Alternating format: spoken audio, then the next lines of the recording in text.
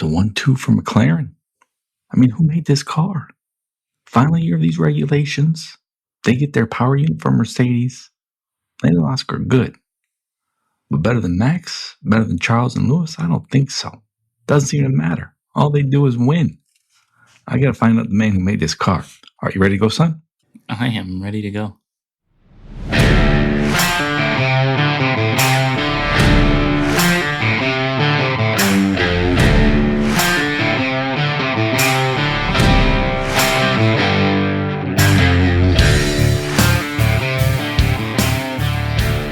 Hello, welcome to Hard Compound, the American take on Formula One. We just finished watching Hungarian Grand Prix. It's a good one, Patrick. We missed last week's show, Belgian Grand Prix. You were out in the desert somewhere testing. I was distracted by all the pretty shiny things. Wasn't the best race. A little rain, controversy. A lot of fans wanted them to start the race in the rain. May have been a little bit silly request, but I can understand it. Of course, they made it worse by just sort of having the teams drive around a few laps, many of them in the wrong tires. It was a little silly, but the result was the same. 1-2 for McLaren. That was then. This is now Hungarian Grand Prix. And this week, oh yeah, another 1-2 for McLaren. All right, son, give me your analysis of the Hungarian Grand Prix. And while you're at it, your top 5 for the week. Yeah, Hungary. I mean, this is a track that is known for good defense, pretty much. I mean, a few years ago, we saw Fernando Alonso hold off Lewis Hamilton, I think, for what seemed like 40 laps. Yeah, right, an eternity. So that his teammate could get a nice win, a maiden victory. And I think we kind of saw some different strategies that took that into account in effect in the outcome of this race.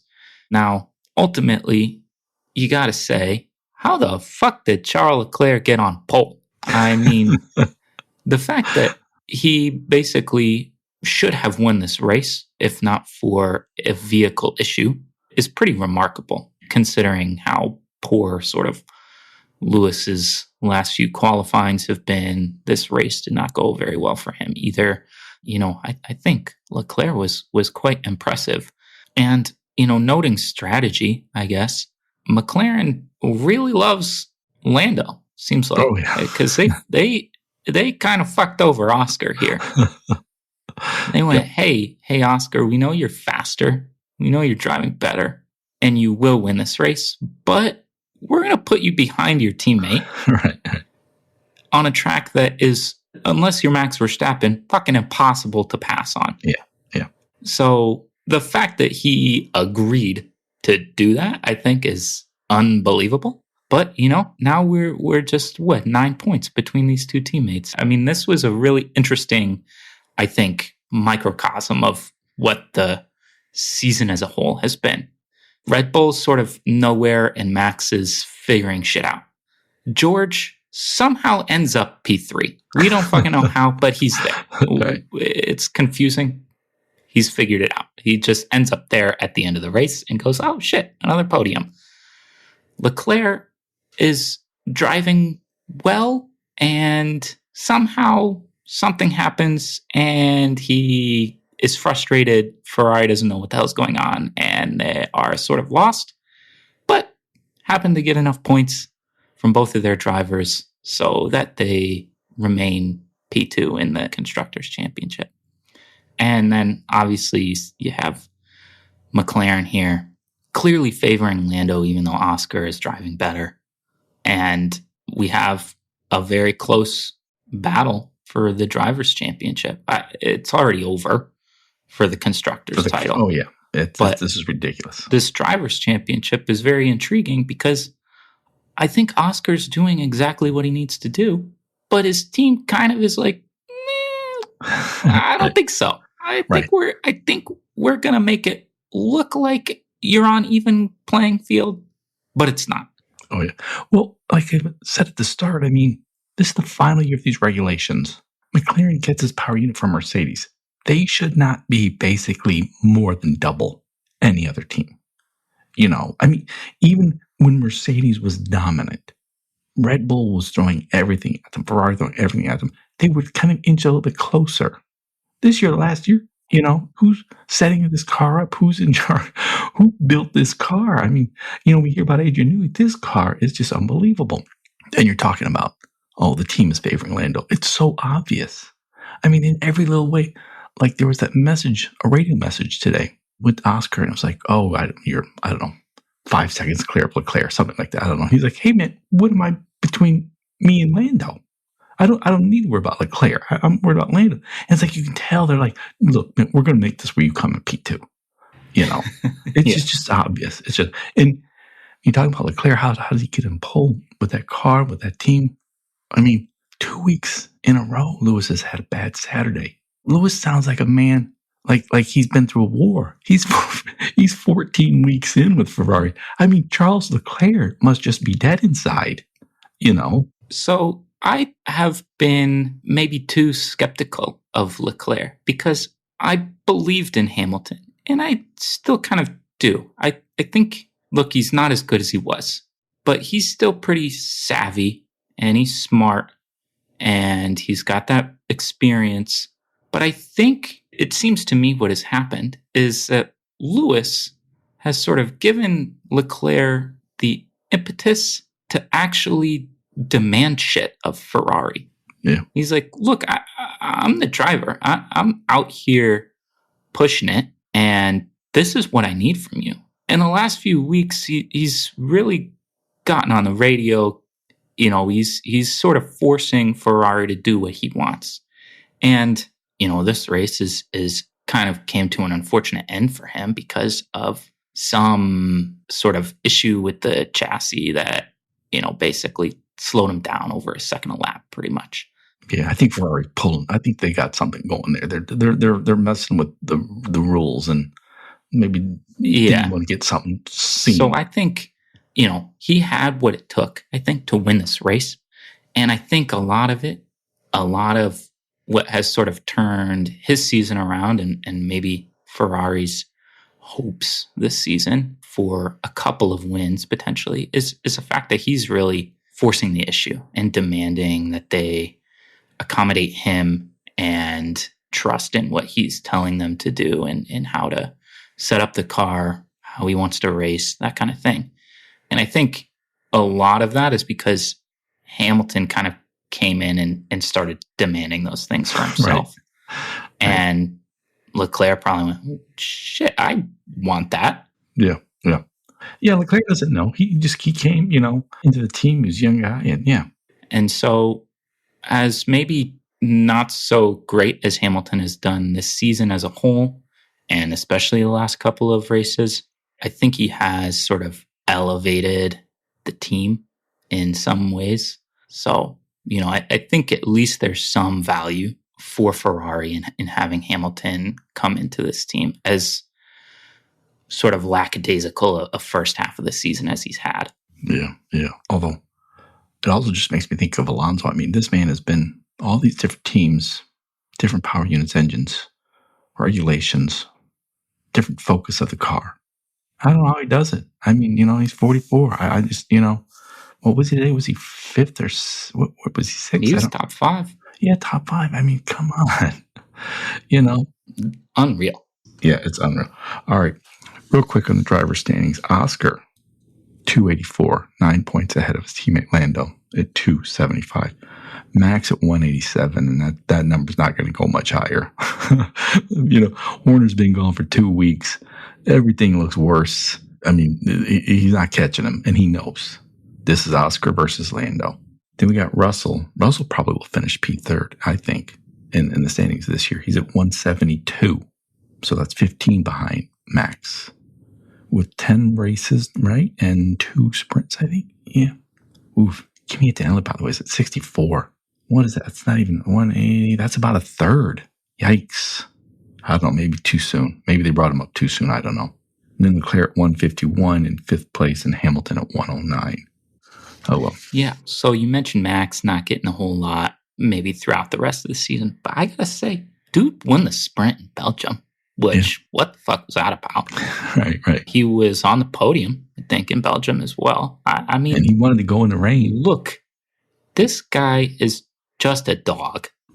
He's unbelievable, and there's really no reason for him to be P3 right now. Like you said, it seems maybe not realistic that he's going to stay P3 in the Drivers' Championship by the end of the season. But man, he's put in a shift the first half of the season, and he's going to have to deal with some turmoil through the second half of the season too. So, and I don't have it in front of me because, I mean, he has nearly every point Red Bull's made. I mean, that car is so horrible. You know, yeah, I think they're on 194 right now. So I'm pretty sure his teammates have 7 total points. Right. I mean, that's just, you know, and they're like, Yuki is fair.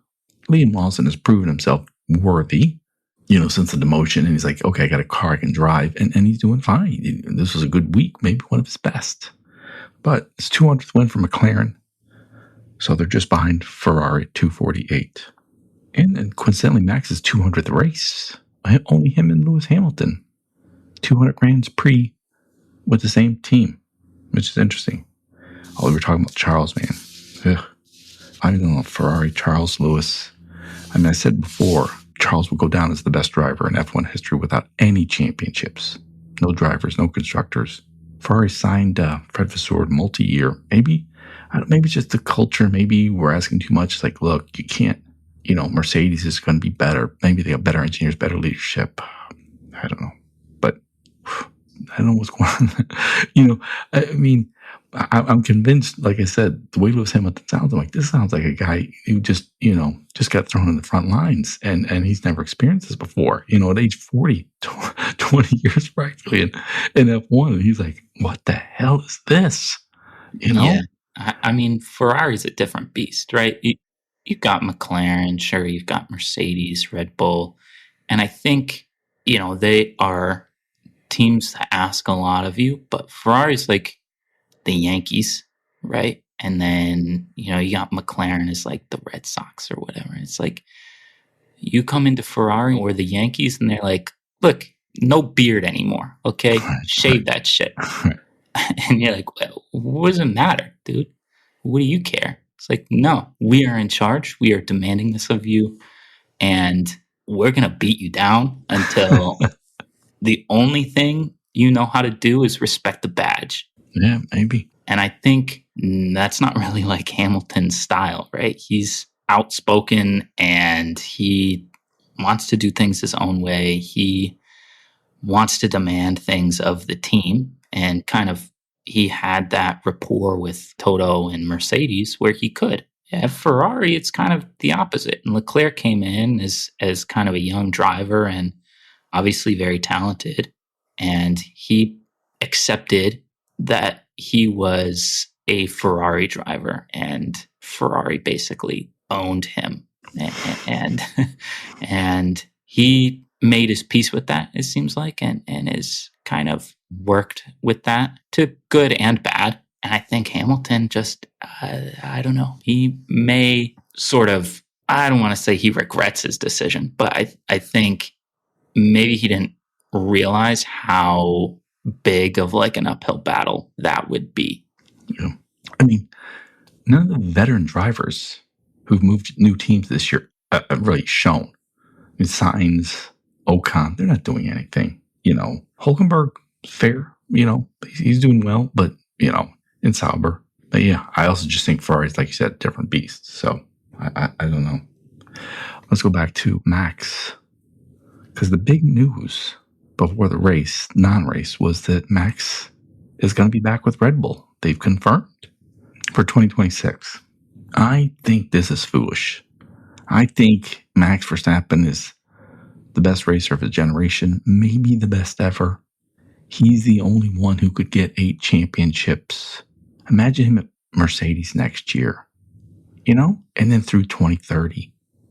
I mean, it just, I don't get this. It seems foolish, don't you think? I mean, you think he's just biding his time to see, who looks the best with the new engine rules in 2026, and then he'll jump? Could be. He has a chance for 8, and he's not going to get it at Red Bull. With Christian Horner gone, and then just becoming a true constructor. Yeah. I don't expect Red Bull to be all that close to the top next season. I think potentially your point about him sort of waiting just to see where the best opportunity might lie is interesting. I think we've also mentioned this before, but I don't think he likes change. I think he is, he's been at Red Bull for so long. He maybe just doesn't want to move. It's kind of like, I don't want to learn a new car, a new system, a new team engineer. Yeah, I don't want to deal with it. I don't want to leave my race engineer. There's a lot of maybe relationship aspects that he just doesn't want to have to deal with. Yeah. Maybe he doesn't have the desire necessarily to, win 8 championships. Obviously, he likes winning. It's the reason he races. But I'm not sure that maybe is like something that attracts his attention necessarily. Right. Though, as much as I think you're right, I think he's wrong. I mean, I think he doesn't like change, but I think he's giving up a legitimate shot at winning 8 championships. I also just think Red Bull is no longer going to be Red Bull. I mean, with the spending cap, they're going to have more jobs moving about. Warner's gone. New corporate ownership. I mean, I assume with all the money floating around, they're going to sell off Racing Bull. I think he'll go back next year, but things will be constantly in flux. I think he's made a bad choice. I think even if you're right, that he just doesn't like change. It's like, well, change is happening. I mean, we don't even know who his teammate will be next year. Although, I mean, Yuki Yuki has a Honda relationship and has done nothing in that car. Hadjar and Lawson both are doing well, I think. Yeah. I mean, I find it hard to believe that they would put Lawson back in that seat. So it would either be Hadjar or somebody else. Yeah, who knows? Although I think Liam, with 10 races to go, I think he's proven himself like, okay, see, I do belong, So, because those first couple weeks did not look good. All right, team standings. I mean, this is done. McLaren at 559. Ferrari nipping at their heels in P2 at 260. Not even half as many points, with the season more than half over. Oof. Mercedes at 236, Red Bull 194. Williams distant P5 at 70, although we got a nice little battle there. Williams at 70. They were silent this week, but Aston, Alonso and Stroll both got points this week. They're at 52. Sauber becoming Audi next year, 51. Racing Bulls at 45. That's essentially 4 teams that legitimately could finish in the 5th place. Yeah, that's quite interesting. I think it looked clear earlier on in the season that Williams was the 5th best team, but Aston here has been bringing it the last few weeks. Sauber sort of randomly seemed to jump up in the last few weeks. Bortoletto seems like he's figuring it out. Great race this week. Hulkenberg's been doing fine all season. And then, Racing Bulls is a bit of a confusing one. I think Hadjar has looked pretty consistent for most of the season. Lawson's starting to figure it out. And surprising that team looks more comfortable than the Red Bull team. Yeah, that's shocking. Even Max, I think Lawson finished ahead of Max this race. I mean, I think, the highest finishing Red Bull, quote, Red Bull driver, I think it was him. It was Lawson, and then Max, and then Hadjar, and then Yuki, right? I mean, Yuki's just, so. Poor Yuki, floundering in that. I mean, everybody has. So, although speaking of teams, one team not on the grid, not till next year, Cadillac. Here we are, starting the long summer break. Still don't know who will drive for them next year. Rumors persist. It will be 2 experienced drivers, Valtteri Bottas, Sergio Perez. So no Mick Schumacher, no American. I don't know. I think they're making the wise decision as an F1 team, but I'm like, come on. You're Cadillac, you're American, you're entering, enter big. Entering with Bottas and Perez, that's, lame. It's so lame. I mean, come on. Look. You just ponied up basically like $1 billion to join F1. Look, just offer Max $200 million. I don't give a shit. Right. He's not sure about where he wants to go. Obviously, we found out this week he signed for one more season at Red Bull. But like, look, do something. Make a splash. Join in a way that is meaningful. And yeah, I'm not sure I necessarily understand the safe choice. Like, nobody expects anything of you when you're first coming in, okay? If you have a shit car, then you have a shit car, and these two drivers aren't going to help you. If you have a shit car and you have Max Verstappen, then like maybe you get points, but also you have Max Verstappen. Yep. So there's that. Yeah. I don't know. Yeah, it's just ridiculous to me because I mean, Cadillac, I mean that historic brand, but they're going to get 2 years. Everyone will be fine with them coming in, say, 11th place for 2 years. As long as the car finishes, as long as it's a reliable car, everyone will be okay with that. Like, yeah, but, that's what we expected. They're a new team. And so it's like, yeah, I mean, the upside, I think, of picking Perez and Bottas, they're known commodities. They're going to be safe. They'll probably give really good feedback. So probably help the team improve steadily, step by step. But nobody cares about that. It's sports. We don't want step by step. We want the grand gesture. We want the home run, the grand slam, the Hail Mary. Look, you know what would have been more fun? Well, yeah, okay. So they haven't officially announced these two drivers as their driver selections. But look, I'm just saying, go after Max. If you can't get Max, whatever. Like, it would also be cool if you figured out how to bring an American driver into F1 again. Obviously, Logan Sargent didn't really pan out as the last American driver in F1. But like, otherwise, just make it fucking fun and crazy. I don't give a shit. Bring in Grosjean and Magnussen, dude. Just the old Haas pair, and just let them go crazy. Right. I don't care. That would be awesome. Like Sonny Hayes or whatever. He's look, you know what? They're gonna crash. They're gonna go crazy. Who cares? At least it'll be fun. Awesome. People will be interested in your team and what you do. I don't know. Yeah. This is I mean, if they go with Bottas and Perez, it's like yawn. Who cares? Why are you here? All right, biggest winner for this race. Who do you got? Well, I mean, it's got to be Lando. The team basically backed him. They said, you know what, Lando? Yeah, you're going to win the championship this year. If we have anything to do with it, you will win. Yeah. But to be fair, he also looked good. I mean, he looks like he blinks. He looks like he blinks, against Max. He blinks against Oscar. This week, he didn't really blink. Admittedly, though, the team, whatever Zach Brown says, I think he did. I think he blinked in qualifying, so he went P3. Yeah. Then he blinked at the fucking start of the race and did it start? Alonso. Like, dude, no, you send that shit.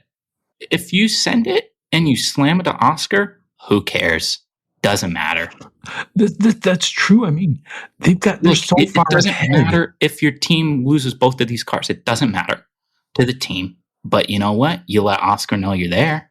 I don't know. I think he got extremely lucky in this race. Right. And he got the backing of his team, even though it's not deserved.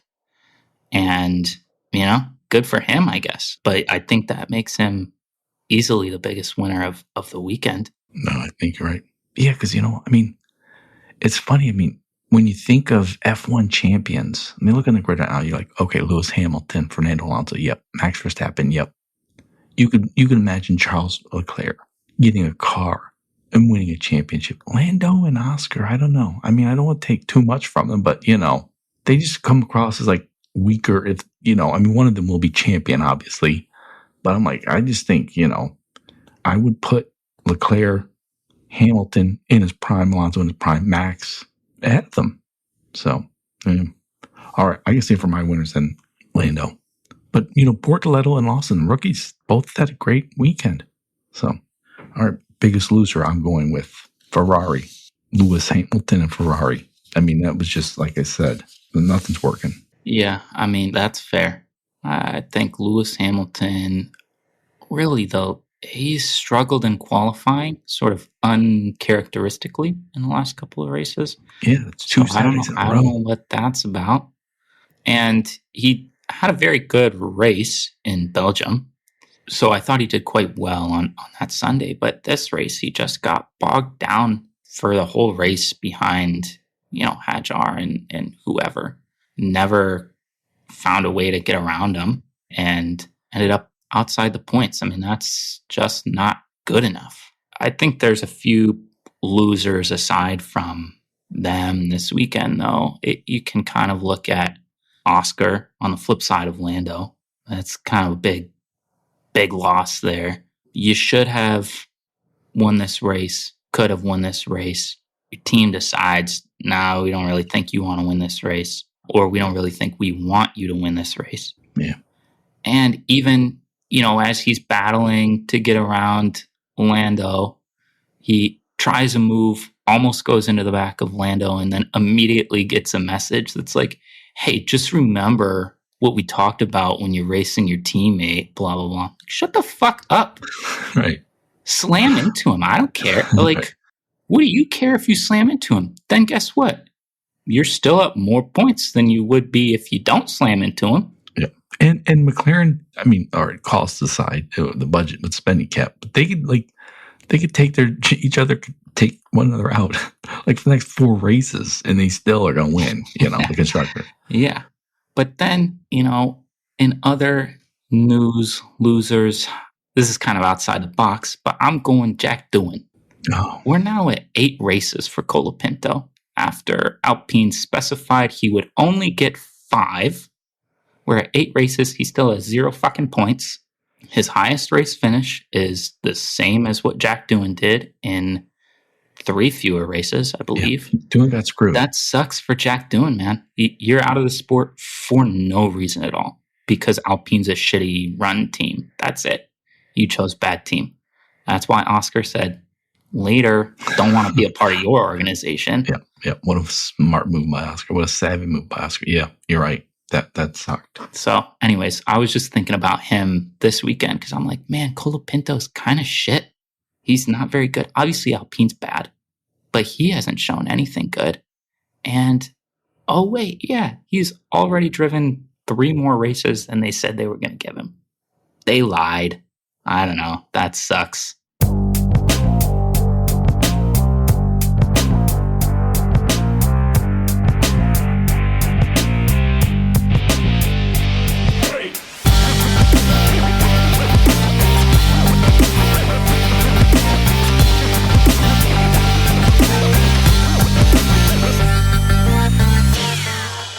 Switching to the soft compound. Sex and money. Sells everything. Tell you. So we talked about Apple buying the broadcast rights for F1 in the US. Maybe for the world. They're the ones who funded the F1 movie. They've got the rights for American soccer. But now I'm wondering if there's something bigger brewing. Just this week, Fox Sports signed a deal with Indy on Fox Sports broadcast Indy races where they're going to take an ownership stake. Disney signed a deal with NFL. They're going to take an ownership stake, buy some NFL properties. I mean, Apple's, the richest corporation in the world? In the top 5, certainly. That would make sense. Would they, Liberty Media sells a portion of F1 to Apple. I don't know. That seems like a win-win for the sport. Maybe not the fans, but certainly for for the money guys. Yeah, I think so. I definitely can see that happening. You mentioned 2 big ownership deals basically in sports media this week with Fox and IndyCar and then ESPN and NFL.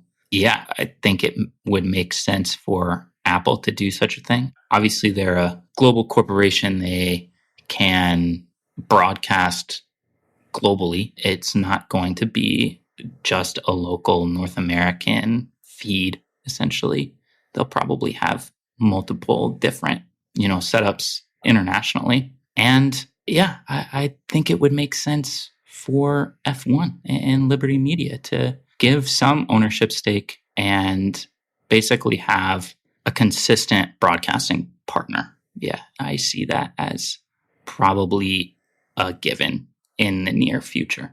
Yeah, hopefully they'll put a lot of money into the broadcast, make it look really good, but let us still get the Sky Sports. I love the Sky Sports. They always do a great show, great coverage.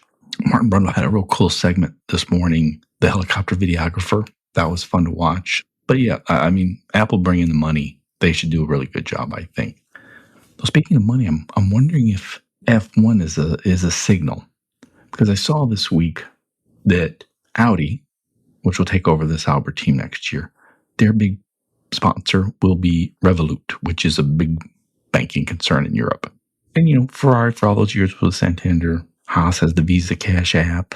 No, it was the MoneyGram. Visa Cash is Racing Bulls. But this is it's all electronic. It's all on credit, but it's money, real money. I'm like, is this a signal? It's like, what about crypto? Remember crypto.com and everything crypto and Bitcoin, all these little crypto banks and little crypto apps? They seem to be going away. I don't know. I just wonder if that's a signal. What do you think? Maybe. Does Red Bull still have a crypto sponsor? There's still races, I think, that have some crypto sponsors and maybe different Bitcoins or whatever. I don't know. I think there is probably more kind of concrete money in some of these like actual banking sponsors than, I don't know, wondering if your sponsor is actually going to be able to right. pay you, Right. Like the drinks company with Haas a few years ago. Yeah. So I think that it is interesting, though, to see kind of the major sponsors of F1 teams sort of change over time. For a long time, you had like tobacco and alcohol sponsors, and then you got kind of the oil, petroleum, gas sponsors. Ferrari used to have Shell, those kinds of things. And then it became a crypto thing, the energy drink brand thing. Now it's sort of shifting to banking. So we'll see what's next. But tracking F1 based on sponsors and advertisers, I think, is somewhat interesting, I think. You mentioned Logan Sargent, which made me think of Logan Sargent's mom, which made me also think of Oscar Piastri's mom, which made me think, I could make some money off of a F1 driver moms of F1 driver calendar, if you catch my drift. But that's the sex part of the money and sex segment of of the soft compound. So I only watch F1 for the articles. But I was doing some research, and I stumbled upon just a litany of F1 Kindle book romances that you could buy for like $3, $4, $5. I mean, look, anybody, if you do a study on Kindle use, it's like, man, women are just reading porn constantly. Their whole day is just reading porn off their Kindle. Just track the top selling lists on Kindle, and that's all it is. And then dudes reading like self-help books and business CEO bios. But it's funny, I came across these like F1 romance novels, like little like $3 Kindle throwaway novels. I don't know. It intrigued me. And it's always like this girl. And if you look on the cover, the digital cover, a little on the plump side, I'm not saying and there's always like and she's usually American, and somehow just gets sent over to Europe in a series of adventures that they're just madcap, and we all finally realize just how wonderful she always was. And then she gets involved in a romance with an F1 driver. And I was like, there are dozens of these. And I was like, oh, okay. I mean, could I just bang out a few like F1 romance novels and just make a little money? I don't know. Any thoughts on this, Patrick? Yeah, but do the flip, right? It's just some guy who ends up having a fling with an F1 driver's mom, and then I know. I mean, yeah, we'll see. Yeah, I mean, I don't know. That's weird. I'm kind of glad I don't read now. So that's.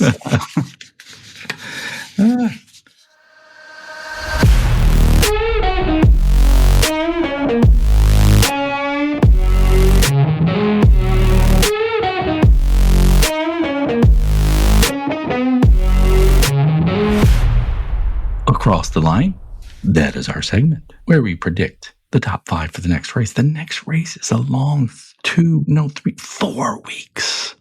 4 weeks away. The Dutch Grand Prix is aan de woord. Speaking of Logan Sargent, that was his last race.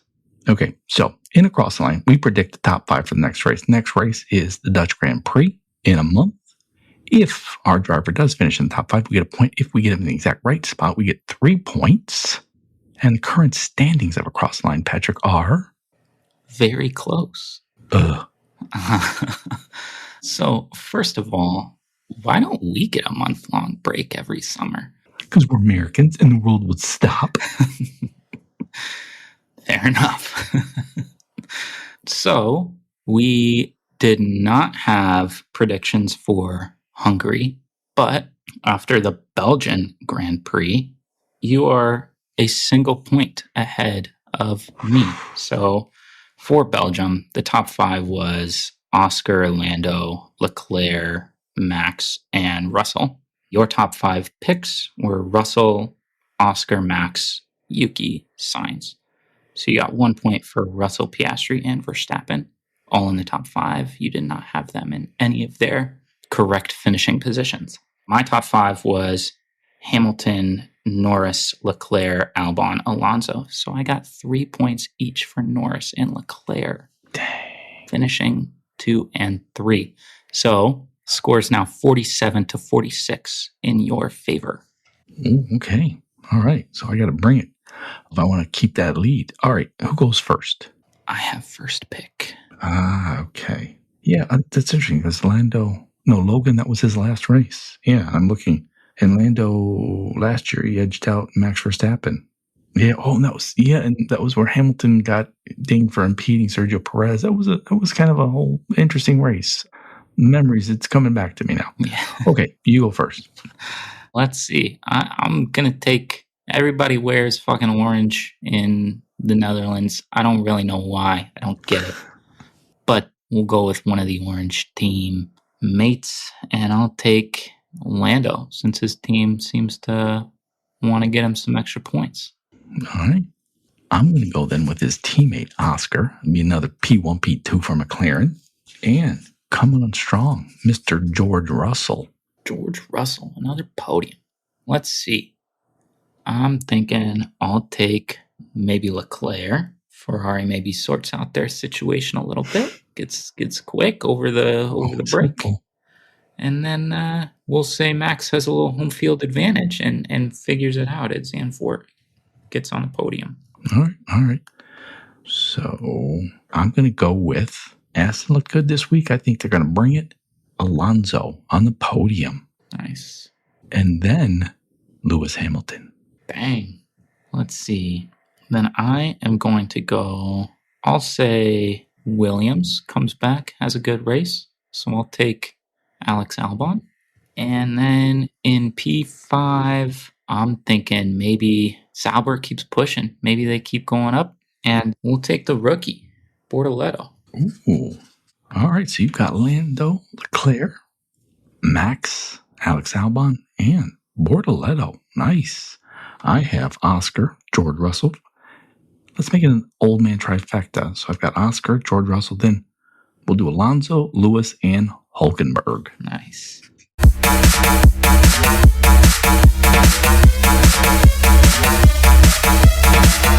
Any crazy predictions, Patrick?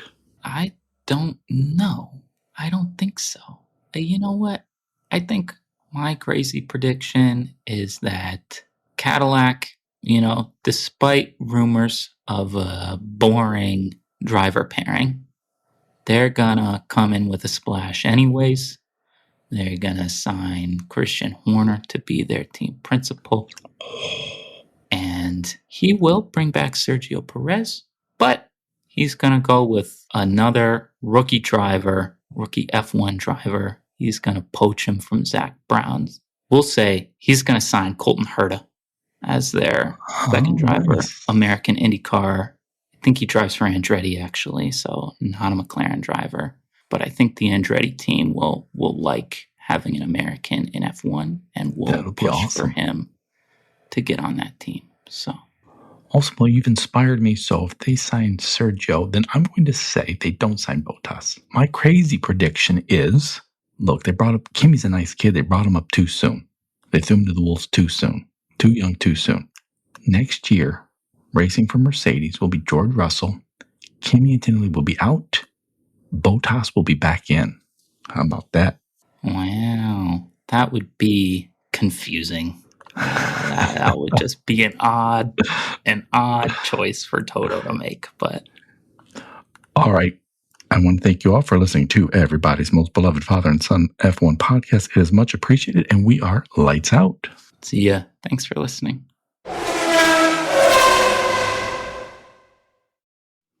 Hey, son. So how was the Vegas F1 sim and all that? I mean, it was pretty fun. It was smaller than I expected it to be. So the actual paddock and whatever, that whole giant building there is quite large and pretty cool. But the actual F1 experience stuff is smaller than what I had anticipated. But we did some go-karting. They have Nice. go-karts there, and it's pretty neat. They have a simulated DRS system and energy deployment, the ERS system on those. So that's pretty neat. And then they have simulators there. So they're pretty cool rigs, but there's only 12 of them or something like that. I was sort of expecting it to be massive, 100 of these things, and it wasn't. It was just kind of along one of the walls there. But they have it set up, you do 4 or 5 laps on the Vegas circuit in these pretty impressive simulator rigs. So you have basically the pedals there and what is essentially an F1 style steering wheel, the bucket seats, and they're all in this little chassis that moves as you go through corners and stuff, which is pretty neat. And then, they just have a bar lounge area that you can hang out and watch their F1 highlights or whatever that are up there. So nice. It's a neat area. So go there if you're in Vegas. I think if you're an F1 fan, it's worth going once. Check it out. They have their, official store there and whatnot, which is where I got my new Haas hat. So nice. You just finished listening to Hard Compound, recorded in Ann Arbor, Michigan, and around the world.